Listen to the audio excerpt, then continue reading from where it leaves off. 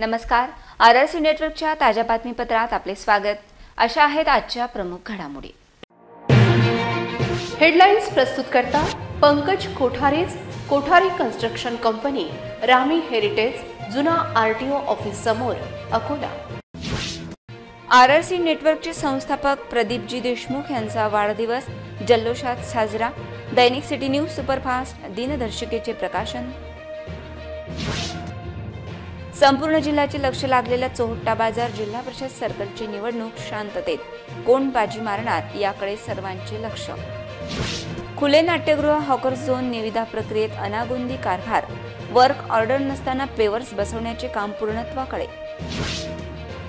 अकोला जिल्ह्यातील देऊळगाव येथील 35 वर्षीय युवकाचा किरकोळ वादातून खून. आरोपींना केली अटक. श्री गजानन भक्तांसाठी आनंदाची बातमी. मुंबई ते शेगाव आणि पुणे ते शेगाव वंदे भारत ट्रेन सुरू होण्याची शक्यता. आता सविस्तर बातम्या. अकोला जिल्हा कॉन्ट्रॅक्टर असोसिएशनचे अध्यक्ष तथा आरआरसी समूहाचे संस्थापक संचालक, दैनिक सिटी न्यूज सुपरफास्टचे मुख्य संपादक प्रदीप उर्फ बंडूभाऊ देशमुख यांचा वाढदिवस सिटी न्यूज मुख्य कार्यालयात मान्यवरांच्या उपस्थितीत जल्लोषात साजरा करण्यात आला. अनेकांच्या कुटुंबात रोजगार मिळाला असे माननीय प्रदीपजी देशमुख म्हणजेच आमच्या सर्वांचे दादा यांचा आज 60वा वाढदिवस आहे. त्या वाढदिवसाच्या निमित्ताने सर्व कुटुंब, सर्व परिवार, सर्व मित्रपरिवार आज इथे भेटायला आलेला आहे. आमच्यासाठी अत्यंत आनंदाचा क्षण आहे. त्या निमित्ताने आज आम्ही सर्वांच्या वतीने, आरआरसी परिवाराच्या वतीने दादांना मनपूर्वक शुभेच्छा देतो.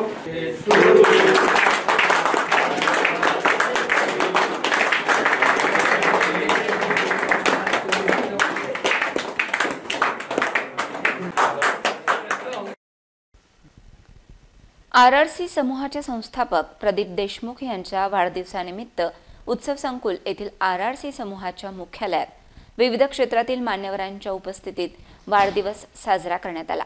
यावेळी विविध क्षेत्रातील गणमान्य व्यक्तींनी प्रदीपजी देशमुख यांना वाढदिवसानिमित्त शुभेच्छा दिल्या. यावेळी आरआरसीच्या विविध आस्थापनांचे प्रमुख व इतर सर्व कर्मचारी मोठ्या संख्येने उपस्थित होते. यावेळी दरवर्षीप्रमाणे नववर्षाला प्रकाशित होणाऱ्या दैनिक सिटी न्यूज सुपरफास्ट 2024 दिनदर्शिकेचे प्रकाशन मुख्य संपादक प्रदीप देशमुख, कार्यकारी संचालक पंकज देशमुख यांच्या हस्ते करण्यात आले. यावेळी आरआरसीचे मार्केटिंग हेड राजेश निखाडे यांची उपस्थिती होती.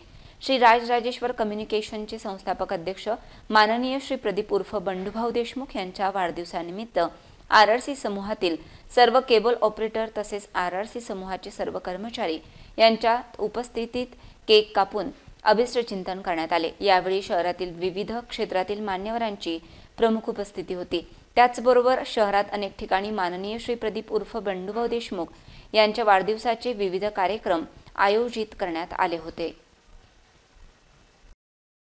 संपूर्ण जिल्ह्याचे लक्ष लागलेल्या जिल्हा परिषदेच्या चोहट्टा बाजार सर्कलची पोटनिवडणूक आज शांततेत पार पडली. भाजप, शिवसेना, काँग्रेस, प्रहार, वंचित, शिवसेना, ठाकरे व शिंदे गट या राजकीय पक्षांनी या पोटनिवडणुकीत उडी घेतली असल्याने येथील निवडणूक रंगतदार झालेली पाहायला मिळाली. जिल्हा परिषदेचे तत्कालीन सभापती पंजाबराव वडाळ यांच्या निधनामुळे चोहट्टा बाजार जिल्हा परिषदेची पोटनिवडणूक शांततेत पार पडली. यावेळी निवडणुकीत वंचित आघाडीचे योगेश वडाळ, भाजपचे गजानन नळे, शिवसेना ठाकरे गटाचे गोपाळ म्हैसने, काँग्रेसचे रवी अरबट व प्रहारचे जीवन खवले यांच्यात लढत होत आहे. अकोला जिल्ह्यातील अत्यंत महत्त्वाचे जिल्हा परिषद सर्कल म्हणून चोहट्टा बाजारची ओळख असल्याने राजकीय पक्षांनी ही निवडणूक प्रतिष्ठेची केली असल्याने निवडणुकीत नेमकी कोण बाजी मारणार याचे उत्तर उद्याच्या मतमोजणीत मिळेल. पोटनिवडणुकीत सर्व केंद्रावर मतदान शांततेत पार पडले. मात्र जवळखेड मतदान केंद्रावर तांत्रिक अडचणीमुळे ईव्हीएम मशीनमधील 5 नंबरचे बटन काही काळ बंद पडल्यामुळे तक्रार करण्यात आली होती. त्यामुळे ईव्हीएम बंद पडल्याने तेथे नवीन मशीन लावण्यात आली. त्यामुळे निवडणूक प्रक्रियेत थोडा उशीर लागला होता. वंचित बहुजन आघाडीचे प्राबल्य असणाऱ्या जिल्हा परिषद सर्कलमध्ये आता पंचरंगी निवडणूक होत असून यामध्ये नेमके कोण बाजी मारणार हे निकालात समोर येईल.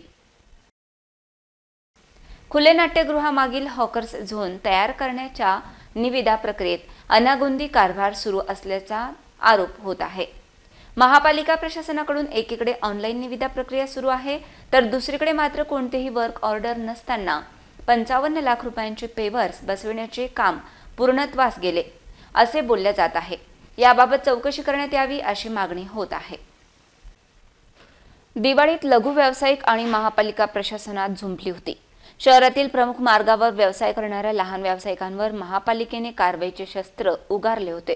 त्यामुळे डॉक्टर बाबासाहेब आंबेडकर खुले नाट्यगृहाच्या मागील ग्राउंडमध्ये हॉकर्स झोन थाटण्याचा निर्णय घेतला।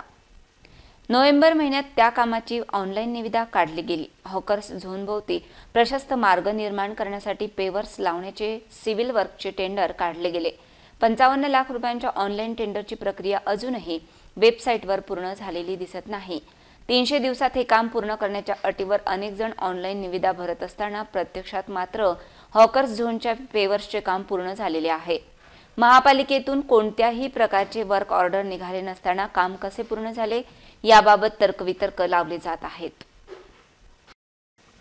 अकोला जिल्ह्यातील पातूर पोलीस स्टेशन हद्दीत येणाऱ्या देऊळगाव येथे किरकोळ वादातून 35 वर्षीय युवकावर पाईपने हल्ला केल्यामुळे गंभीर जखमी झालेल्या युवकाचा खासगी रुग्णालयात मृत्यू झाल्याची घटना घडली। या प्रकरणी पातूर पोलिसांनी 4 आरोपींना अटक केली असून पुढील तपास पोलीस करीत आहेत। पातूर तालुक्यातील देऊळगाव येथील 65 वर्षीय मोहन सोनाजी उपरवट यांनी पातूर पोलिसात दिलेल्या फिर्यादीनुसार त्यांचा मुलगा 35 वर्षीय मंगेश उपरवट आवारातील पंपाजवळ उभा होता। तेव्हा परमेश्वर उपरवट, प्रवीण उपरवट, रामेश्वर उपरवट, मिलिंद उपरवट आदींनी मिळून मंगेश उपरवट याच्याशी वाद घालून शिवीगाळ करून मारहाण करण्यास सुरुवात केली। आरोपींनी मंगेशच्या डोक्यात लोखंडी पाईपने वार करून गंभीर जखमी केले। मंगेशला तात्काळ अकोला येथील खासगी रुग्णालयात उपचारासाठी दाखल करण्यात आले। मंगेशची प्रकृती चिंताजनक असल्याने उपचारादरम्यान त्याचा मृत्यू झाला। मृतकाच्या वडिलांचे बयान व वैद्यकीय प्रमाणपत्राच्या आधारे पातूर पोलिसांनी 4ही आरोपींविरुद्ध कलम 302 नुसार गुन्हा नोंदवला असून 4ही आरोपींना तात्काळ अटक करण्यात आली। ही कारवाई पातूर पोलीस स्टेशनचे ठाणेदार किशोर शेडके यांच्या मार्गदर्शनाखाली एपीआय गजानन तळणे, गजानन मानकर, रामदासपेठ पोलीस ठाण्याचे संजय भगत यांनी केली। या घटनेमुळे पातूर तालुक्यात भीतीचे वातावरण असून घटनेचा अधिक तपास पातूर पोलीस करीत आहेत। विदर्भाची पंढरी अशी ओळख असलेल्या शेगावमधील गजानन महाराज मंदिरात दर्शनासाठी महाराष्ट्रातून लाखोच्या संख्येने भाविक येत असतात। भाविकांचा प्रवास आरामदायी आणि जलद करण्यासाठी भारतीय रेल्वेकडून लवकरच मुंबई ते शेगाव आणि पुणे ते शेगाव दरम्यान वंदे भारत ट्रेन चालवण्याचा निर्णय होण्याची शक्यता आहे। रेल्वे मंत्रालय मे 2024 पर्यंत देशातील लोकप्रिय तीर्थक्षेत्रे आणि पर्यटन स्थळांना जोडणाऱ्या 30 ते 35 वंदे भारत एक्सप्रेस गाड्या चालवण्याच्या योजनेवर काम करत आहे। नव्या वर्षात वंदे भारत गाड्यांद्वारे बहुतांश पर्यटन आणि तीर्थक्षेत्रांपर्यंत पोहोचता येईल। भारतातील सर्व प्रसिद्ध तीर्थक्षेत्रे या ट्रेनच्या सेवेने जोडले गेल्यास यातून रेल्वेला मोठा महसूलही मिळणार आहे। त्यामुळे राज्यभरातून व देशभरातून शेगावला येणाऱ्या भाविकांचा प्रवास आरामदायी व सुकर व्हावा, तसेच देशभरातील नागरिकांना शेगावला येता यावे या उद्देशाने मुंबई ते शेगाव व पुणे ते शेगाव वंदे भारत एक्सप्रेस ट्रेन सुरू होण्याची शक्यता व्यक्त केल्या जात असून यामुळे भाविकांमध्ये आनंदाचे वातावरण आहे। शेगावमधील नागरिकांनी याबाबत सर्व स्तरातून स्वागत केले आहे। वाशिम ग्रामीण पोलीस स्टेशन परिसरात ट्रक थांबवून गव्हाची पोती लुटणाऱ्या 2 आरोपींना वाशिम स्थानिक गुन्हे शाखेच्या पोलिसांनी अटक केली। पोलिसांनी दोन्ही आरोपींकडून 6,30,000 रुपयांचा मुद्देमाल जप्त केला आहे। पोलीस स्टेशन परिसरातच ही घटना घडल्यामुळे चिंता व्यक्त करण्यात येत आहे। वाशिम ग्रामीण पोलीस स्टेशन हद्दीत ट्रक थांबवून गव्हाच्या गाड्या लुटणाऱ्या 2 आरोपींना वाशिम स्थानिक गुन्हे शाखेने अटक केली आहे। दोन्ही आरोपींकडून लाखोंचा मुद्देमाल जप्त करण्यात आलाय। रामदास धोंगडे आणि राहुल करवटे अशी आरोपींची नावे आहेत। याबाबत 13 डिसेंबर रोजी वाशिम ग्रामीण पोलीस ठाण्यात अज्ञात आरोपी विरुद्ध भारतीय दंडविधान कलम 394 अन्वये गुन्हा दाखल करण्यात आला।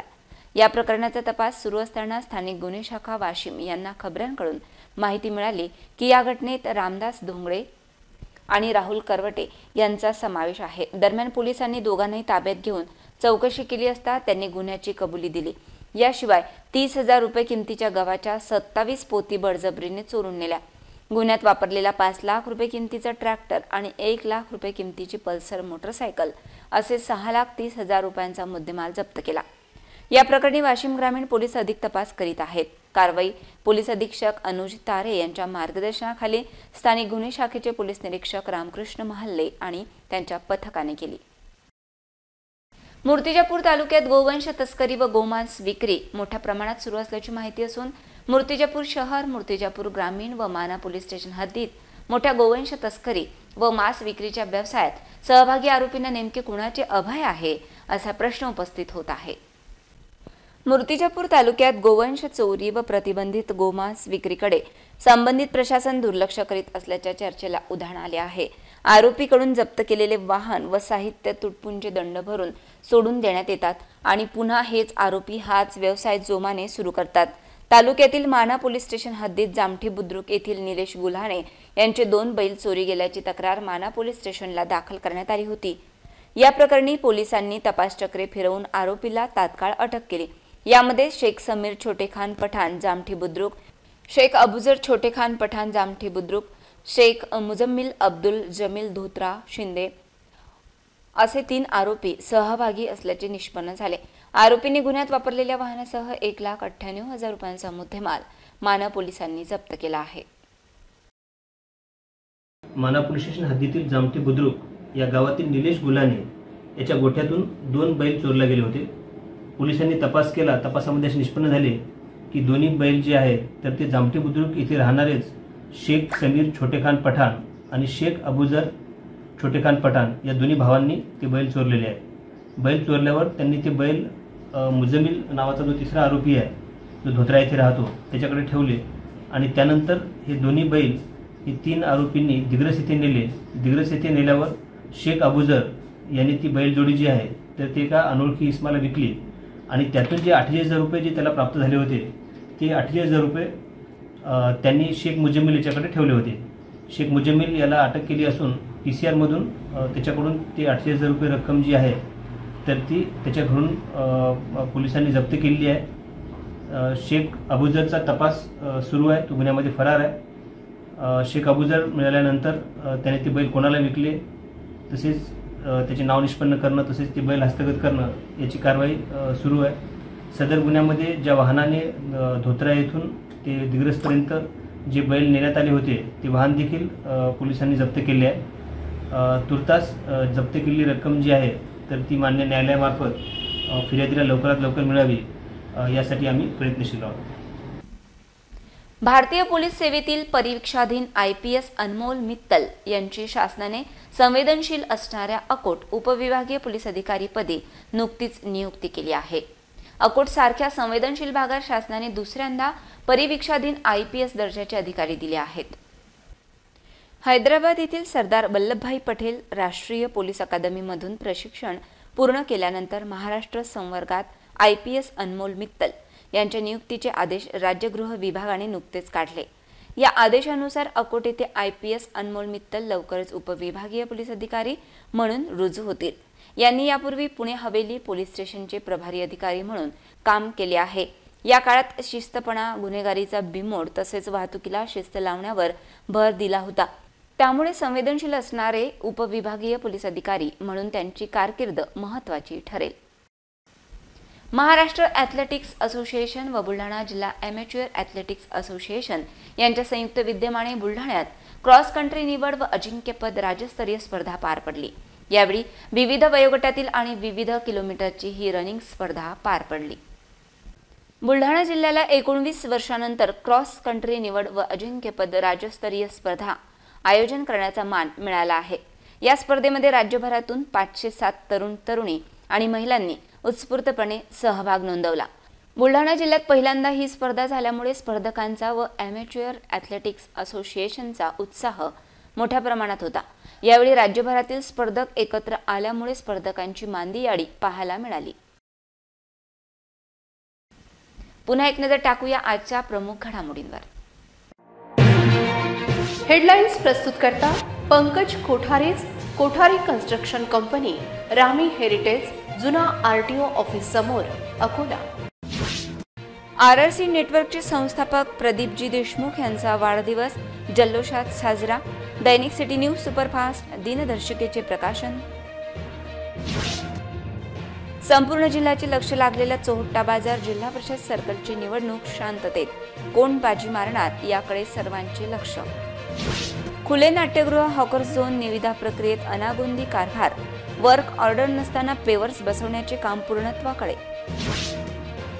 अकोला जिल्ह्यातील देऊळगाव येथील 35 वर्षीय युवकाचा किरकोळ वादातून खून, आरोपींना केली अटक.